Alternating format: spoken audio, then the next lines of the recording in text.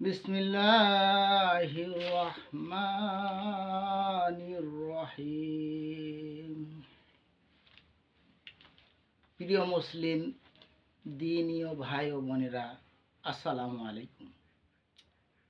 সমস্ত প্রশংসা সেই মহান প্রভু আল্লাহ পাকের দরবারে, যিনি বিশ্বজাহানের রব অর্থাৎ প্রতিপালক, যিনি অনুগ্রহ করে তার হাজার হাজার মাখলুকাতের মধ্যে আমাদেরকে সর্বশ্রেষ্ঠ সৃষ্টিরূপে সৃষ্টি করেছেন। শুধু তাই নয়, আরও খুশির বিষয় হলো তিনি আমাদেরকে মুসলমান রূপে সৃষ্টি করেছেন এবং সর্বশ্রেষ্ঠ পয়গাম্বর নেতা, যার উপাধি সৈয়দুল মুরসালিন অর্থাৎ প্রেরিত পুরুষদের সর্দার, খাতেমুন নবীন অর্থাৎ শেষ নবীর উম্মত হিসাবে প্রেরণ করেছেন। এরপর প্রেরণ করেছেন সুজলা সুফলা শস্য শ্যামলা সুন্দর এই পৃথিবীতে। তাই শুকরিয়া আদায় করি সেই মহান মাবুদের প্রতি, যিনি সৃষ্টি করেই আমাদেরকে ছেড়ে দেননি, সহজ সরল সুন্দরভাবে চলার জন্য সঠিক পথ নির্দেশন স্বরূপ দিয়েছেন কিতাব আল কোরআন।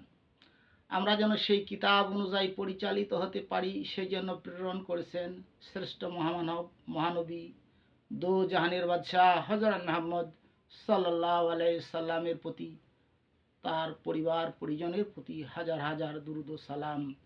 আল্লাহুম্মা সাল্লি আলাই, আল্লাহুম্মা বারিক আলাই। সম্মানিত উপস্থিতি, আজকের আলোচনা মুমিন বান্দাদের সতর্ক স্বরূপ আয়াত ও হাদিস সমূহের সংক্ষিপ্ত আলোচনা। মহান আল্লাহ সুবহানাহু ওয়া তাআলা সূরা বাকারা আয়াত নাম্বার 28 বললেন, তোমরা আমাকে কিভাবে অস্বীকার করো? আমি তোমাদের প্রাণহীন দেহে প্রাণ দিয়েছি, আমি তোমাদের মৃত্যু ঘটাবো, আবার পুনরায় জীবিত করব, আল্লাহর দিকে তোমাদের ফিরে আসতে হবেই। সূরা বাকরা 94 নম্বর আয়াতে মহান আল্লাহ সুবহানাহু ওয়া তাআলা বলেন, যদি আল্লাহর কাছে আখিরাতের বাসস্থান অন্য লোক ব্যতীত বিশেষ করে তোমাদের জন্য হয়, তবে তোমরা মৃত্যু কামনা করো যদি সত্যবাদী হও। সূরা আনকাবুত আয়াত নাম্বার 57 মহান আল্লাহ সুবহানাহু ওয়া তাআলা বলেন, প্রত্যেক প্রাণীকে মৃত্যুর স্বাদ গ্রহণ করতে হবে, অতঃপর তোমরা আমার কাছে অবশ্যই প্রত্যাবর্তন করবে। সূরা আল ইমরান 185 নম্বর আয়াতে মহান আল্লাহ সুবহানাহু ওয়া তাআলা বলেন, প্রত্যেক প্রাণীকে মৃত্যুবরণ করতে হবে, আর কিয়ামত দিবসে এর পরিপূর্ণ বদলা পাবে। সূরা আম্বিয়া 47 নম্বর আয়াতে মহান আল্লাহ সুবহানাহু ওয়া তাআলা বলেন, আমি কিয়ামত দিবসে ন্যায় বিচারের মানদণ্ড স্থাপন করব, কারো প্রতি অবিচার করা হবে না। কারো আমল যদি সরিষার দানার পরিমাণও হয়, আমি তাও হাজির করব, হিসাব গ্রহণে আমি যথেষ্ট। সূরা আরাফ 8-9 নম্বর আয়াতে মহান আল্লাহ সুবহানাহু ওয়া তাআলা বলেন, যাদের পাল্লা ভারী হবে তারাই তো সফল কাম, আর যাদের পাল্লা হালকা হবে তারাই তো নিজেদের ক্ষতি সাধন করবে। অতএব সূরা জুমার আয়াত নাম্বার 62 মহান আল্লাহ সুবহানাহু ওয়া তাআলা বলেন, আল্লাহ সমস্ত বস্তুর সৃষ্টিকারী, সবকিছুর উপর তত্ত্বাবধায়ক।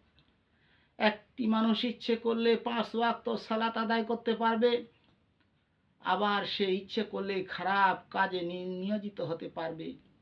সব ক্ষেত্রেই সে স্বাধীন, এই জন্যই তো তার হিসাব নেওয়া হবে, আর সেই অনুযায়ী তাকে প্রতিদান দেওয়া হবে।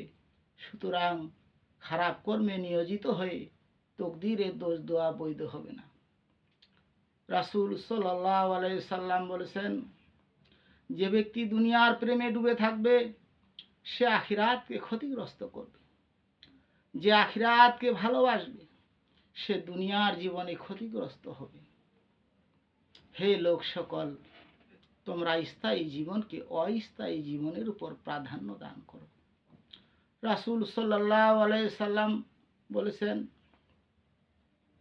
যে মুসাফিরের মনে আশঙ্কা থাকে তাড়াতাড়ি না চললে গন্তব্যস্থলে পৌঁছা যাবে না, সে না ঘুমিয়ে রাতের অন্ধকারে চলতেই থাকে। যে ব্যক্তি রাতের অন্ধকারে চলতে থাকে সে নির্বিঘ্নে গন্তব্যস্থলে পৌঁছে যায়। জেনে রেখো, আল্লাহর ধন অত্যন্ত মূল্যবান, দাম বেশি না দিলে পাওয়া যায় না। আল্লাহর ধন হলো জান্নাত। সবশেষে সবার জীবন কামিয়াব হোক, কর্মের মাঝে প্রস্ফুটিত হোক, সর্বময় সুন্দর ও নিরাপদ হোক সবার জীবন।